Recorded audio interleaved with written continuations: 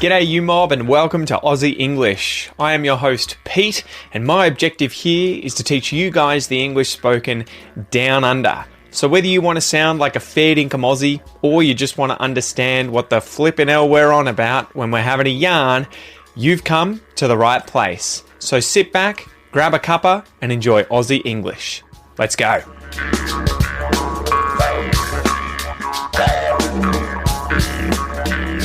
G'day you mob, how's it going? Welcome to this episode of Aussie English, the number one place for anyone and everyone wanting to learn Australian English and get a fair dinkum dose of Aussie culture, history, news, current affairs, everything like that. If you are trying to fit in down under, learn more about Australia, as well as level up your English, this is the podcast for you guys. So I'm your host Pete. Thank you for joining me. If you are a long-time listener, welcome back. It's always a pleasure to have you guys here and to see a familiar face.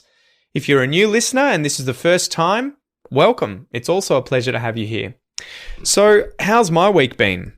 My week has been okay this week. I've been doing a bit of bird photography, which has been a lot of fun. It's kind of cathartic, relaxing. It allows me to take my mind off things and just get out in the great outdoors and, be at one with nature.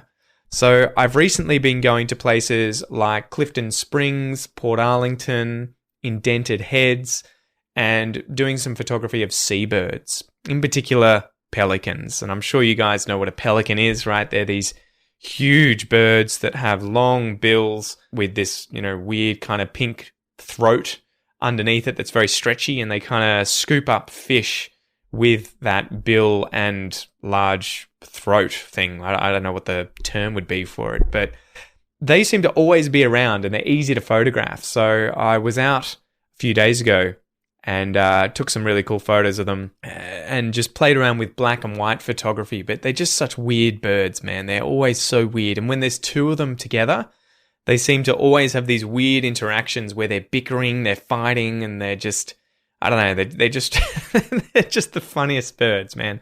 So they're great. If you love photography, I definitely recommend getting out to the coast, especially if you're down here in Victoria, and taking some photos of pelicans. You'll pretty much see them anywhere there's a boat ramp because they love hanging out where there are boats from fishermen because they like to get fed, right? I think the fishermen tend to like giving them food. Before we get into today's episode, guys, and the weekly news story that I've got for you, which is a ripper, it's a bit of a funny news story. You'll like this one. Don't forget that if you want access to the premium podcast, which gives you the transcripts, the downloads, the premium podcast player, so you can read and listen at the same time, gives you the video lessons with vocab, video clips, everything designed to help you if you're a visual learner like me. Gives you access to all that sort of stuff. Just go to aussieenglish.com.au/podcast and sign up. All right, so let's get into the news story.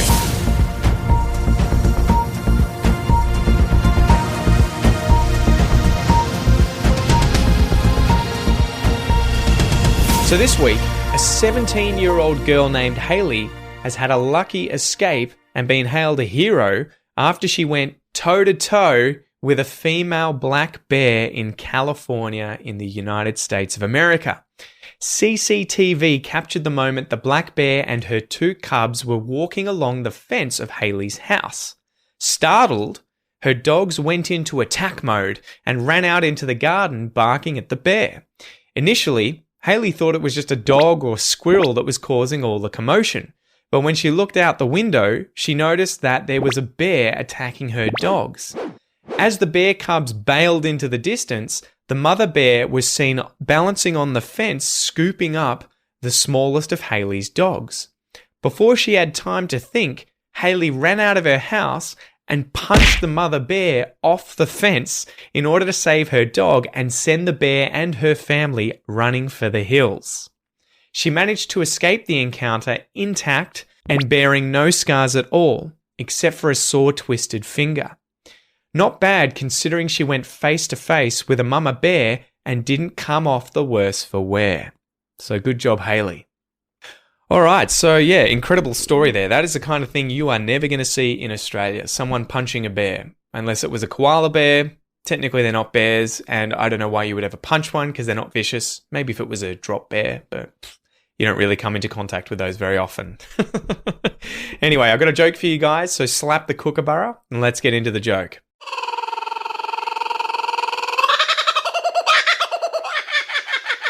All right, so the joke is related to bears, obviously. That's what today's episode's all about. And it's a funny one. Are you ready? What do pandas pack for camping trips? So pandas are these bears that are black and white. They eat bamboo. I think they're one of the only, if not the only, herbivorous bear. They live in China. Pandas. What do pandas pack for camping trips? Just the bare necessities. Look for the bare necessities. If you've seen The Jungle Book, you might know that song. The bare necessity. I think it's that, right? The bare necessities. It's when Mowgli's singing with the bear. Bare necessities. So here the play on words is the word bear, spelt B-E-A-R, which is a large, heavy mammal that walks on the soles of its feet, has thick fur and a very short tail. It's in the dog family, but it's omnivorous, right? So it eats both meat and berries and plants. Bears. I'm sure you'll know what a bear is. Bear, spelled B-A-R-E, is without addition, right? Basic, simple. So bare necessities, this is a good collocation for you guys. If you have the bare necessities, B-A-R-E, it is that you just have enough, right? It is just sufficient resources with nothing to spare. So if you went camping with the bare necessities, it's that you only have enough to get by, nothing extra, right? Just the food you need, just the tent you need, that's it. Maybe a sleeping bag as well so you don't get cold at night. So today's expression is to have balls. A little bit of a rude expression, but it's used quite a lot in Australia and I think probably everywhere in the English-speaking world, so I thought it was pertinent. I thought it would be worth telling you guys how to use this expression, to have balls, to have the balls to do something, to have balls. Before I define the expression, let me break down the words in it. So you'll know the verb to have. I have a pen. I have a pen in my hand. It means to possess that thing, right? I possess this pen. Balls, and I'm not going to show you those. This is obviously a spherical object that you can play with in terms of it being an actual ball from a ball sport. But this is vulgar, informal slang that is used for a man's testicles, right? Balls. So I was out in the garden the other day playing with Noah. He threw a ball at me and it hit me in the balls. And that was pretty unpleasant. True story. So a man's balls are the sexual organs that produce sperm and testosterone, right? They are his testicles, balls. So there are a few expressions about balls that we use in this sense in English, and I am absolutely certain that you have them in your language as well. It tends to be a common theme in all the languages I've ever learnt. They'll have something related to testicles. So if you have balls, you are courageous. You are brave. And it can be used for both men and women. You know, it's kind of almost used ironically when you say it about a woman, right? Whoa, she's got balls. Because she obviously doesn't have balls, but at the same time, she does if she's courageous, if she's brave. We also have the adjective ballsy. If you are ballsy or if something was ballsy, it is that thing was brave, that thing was courageous. So that was a ballsy effort. Wow, that was really ballsy.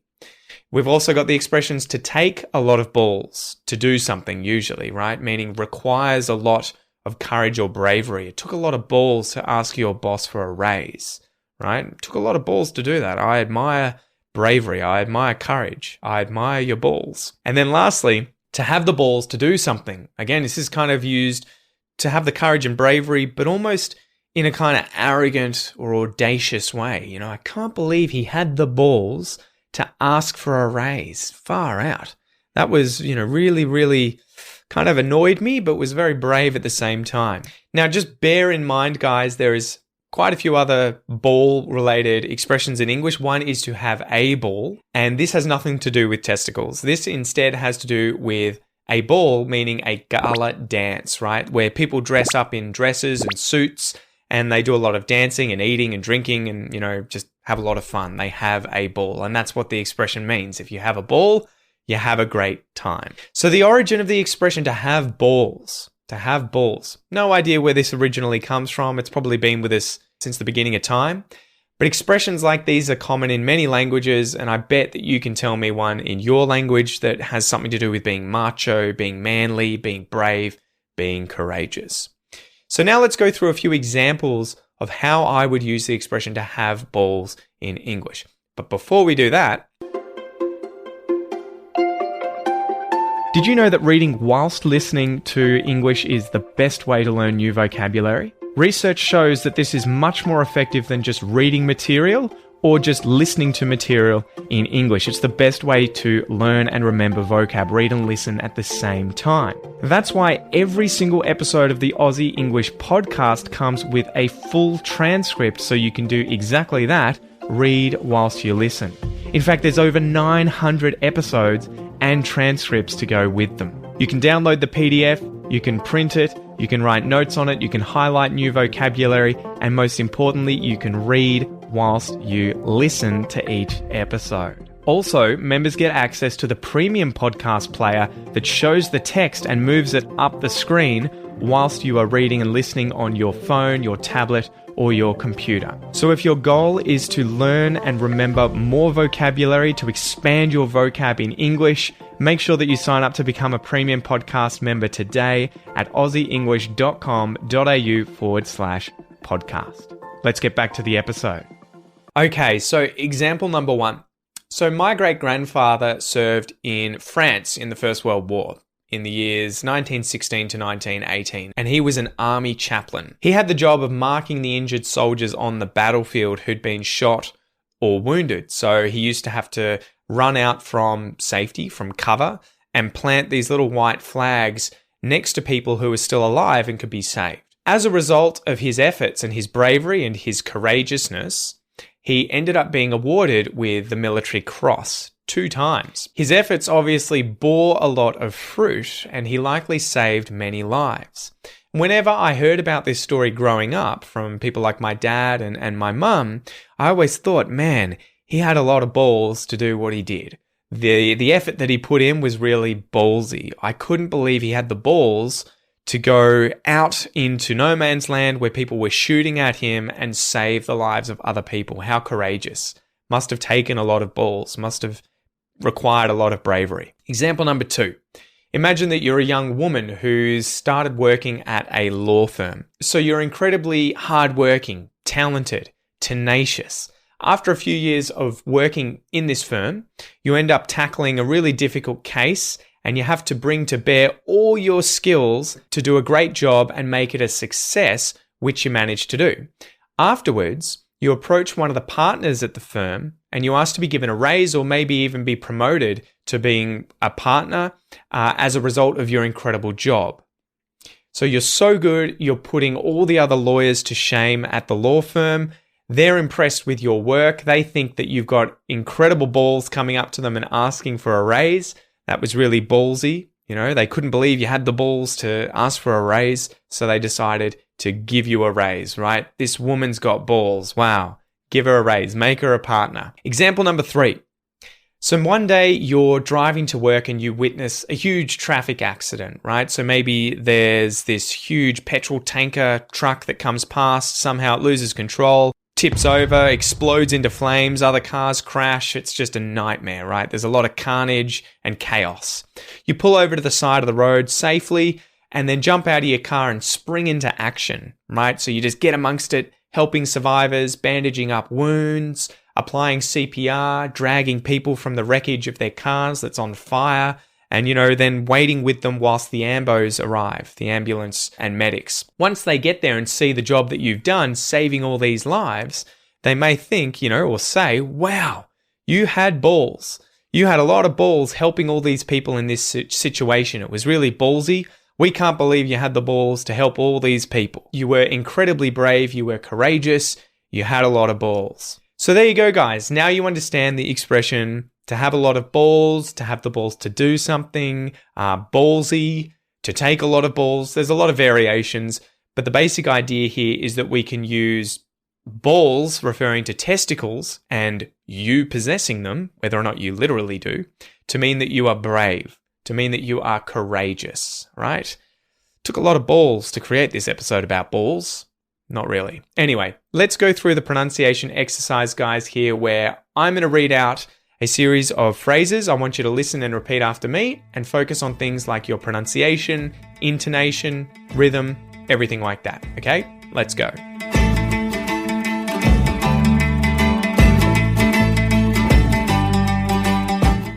Two, to have. To have balls. To have balls. To have balls. To have balls. To have balls. I've got balls. You've got balls. He's got balls. She's got balls. We've got balls. They've got balls. It's got balls. Good job, guys. Now, one thing you may notice is that quite often when have gets contracted onto a pronoun, like I have becoming I've, you have becoming you've, she has, she's, you know the drill, you know how it goes. Quite often we add got afterwards because we don't like contracting an auxiliary verb like that and then leaving their space after it with no other verb. So it's a bit weird to say I've balls, you've balls. Instead, as a result, and it's kind of redundant, but we still do it, you could say I have balls, or you can contract have and say I've got balls. Two things to notice here. The T in the word got gets turned into a glottal stop. So I don't actually stop this T with the tongue in my mouth. I use my throat. I've got balls. I've got balls. This is because there's a consonant coming after it, another stop consonant, the consonant B. Got balls. Got balls. The other thing is the dark L in the word balls. So you won't hear me say balls with the light L where the tongue is touching the roof of my mouth. Instead, I say balls, balls, balls. And so it's actually done with my lips. If you want to learn about how to use the T as a glottal stop, as well as how to use the dark L and when you should use these in English pronunciation, make sure to check out my Australian pronunciation course, which you can get access to at aussieenglish.com.au/APC. So to finish up, guys, before we go through a little fact about koala bears, I wanted to mention, did you notice that I used a few different expressions using the word bear? B-E-A-R. So to bring to bear, meaning to bring something into operation or effect. To bear something in mind, meaning be mindful of something or consider something. To bear the scars or to bear no scars. This is to suffer emotional scars because of something, but it could also be that you physically have scars on your body as a result of something.